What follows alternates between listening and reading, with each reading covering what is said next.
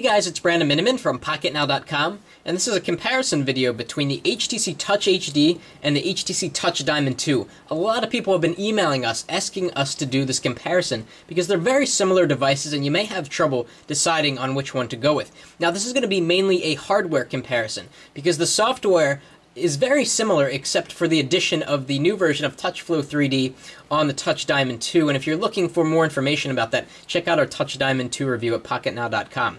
Now let's start with availability. Both of these devices are not sold in the US right now. They are sold unlocked in Europe, but you can import them into the United States and use them on T-Mobile or AT&T. If you buy through a store like clove.co.uk, they'll ship anywhere. In terms of price, the Touch HD is still more expensive. It comes out to about $650 to $680 depending on the currency exchange rate at the time, and the Touch Diamond 2 is actually less expensive right now. It's about $550, again depending on the currency exchange rate right now. Both devices have the same screen resolution, so it's 800 down and 480 across, and that's the highest resolution that Windows Mobile can support. Now, the Touch HD obviously has a much larger screen, even bigger than the iPhone. It's 3.8 inches across diagonal, whereas the Touch Diamond 2 has a 3.2-inch screen diagonal. This is actually in the favor for the Touch Diamond 2 because the pixel density is higher. That means within a square inch there will be more pixels, meaning if you look at the same image from the same distance, it'll actually appear a little crisper on the Touch Diamond 2. Let's talk about the in-hand feel of both of these devices. Before we do that, let's get a size comparison so that we can get an idea of how they compare in size. The Touch Diamond 2 is actually about 1 millimeter thicker than the Touch HD, and of course the Touch HD is significantly wider, let me try to line them up, than the Touch Diamond 2, which actually gives it an awkward in-hand feel. If you've ever held a Touch HD, you know that it's very, very wide, and you really feel it in your pocket, whereas with the Touch Diamond 2, it's more of a narrow phone, and it feels more like a phone rather than a PDA like the Touch Diamond 2 feels like. If we zoom into the top, we see similar features, although it's slightly different up here. Here we have the light sensor and the speaker with a front-facing video camera. And over here, we have a LED status light. The status light on the HD is actually on the top of the standby button. And then we have the light sensor and then the front-facing video camera.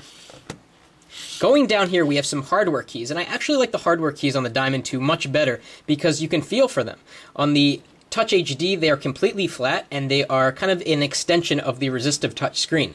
So you kind of have to look at them if you want to make sure you're ending the call, or you're starting the call, or you're going back home, or pressing the OK button. Now over here, the OK or the home button is actually replaced by the start menu button, which I think is very convenient. It really helps with one-handed usability, especially with such a long screen. So if you're walking down the street and you want to launch the start menu on this device, you have to reach your thumb all the way up here to do so.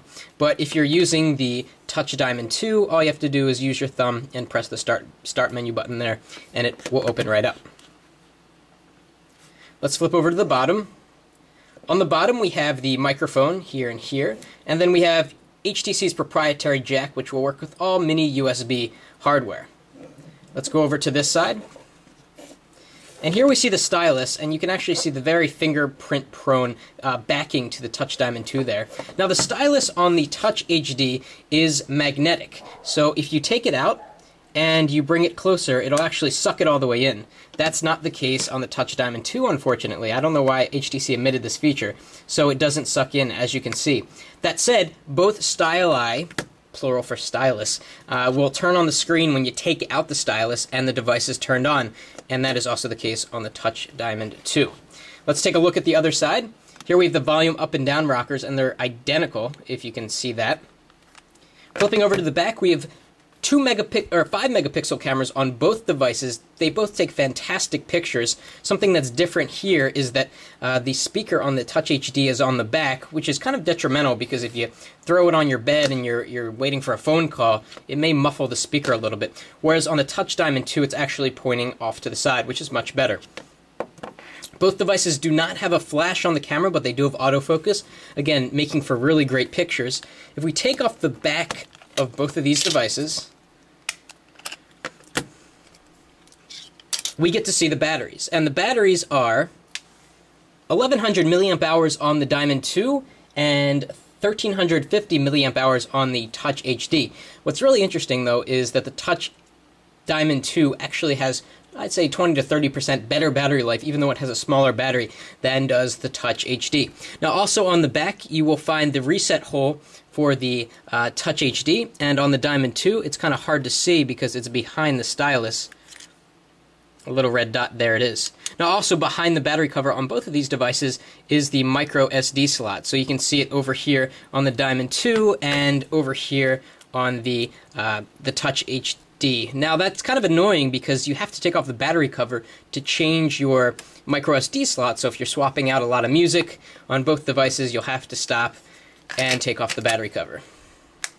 And if we flip the devices over to the top, we see that the standby buttons are in a different location, and we see that the Touch HD has a 3.5mm headphone jack, although the Diamond 2 does not. I actually encourage you to read Adam Lane's post on why the 3.5mm headphone jack is stupid. He makes some really good points.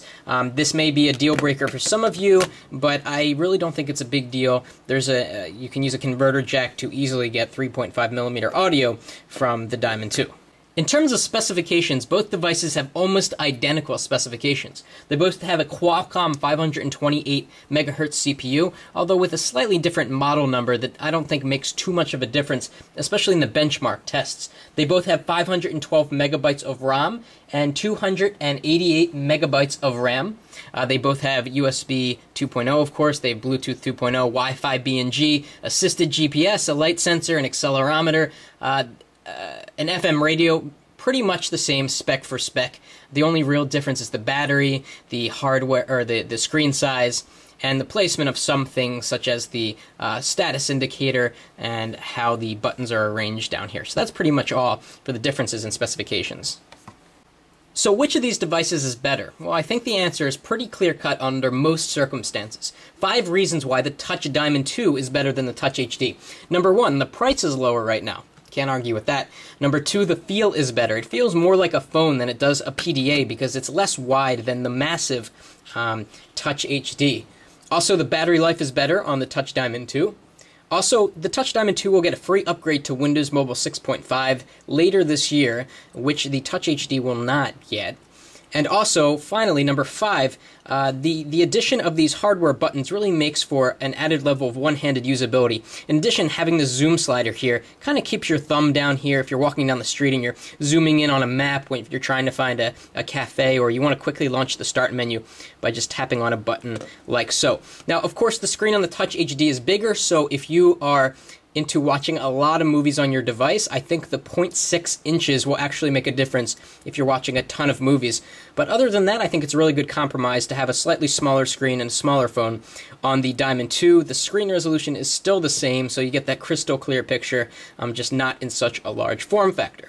So that's it for the comparison between the Touch Diamond 2 and the Touch HD. For more comparisons and more on Windows Mobile, follow us on Twitter at twitter.com/PocketNowTweets. That's it for now.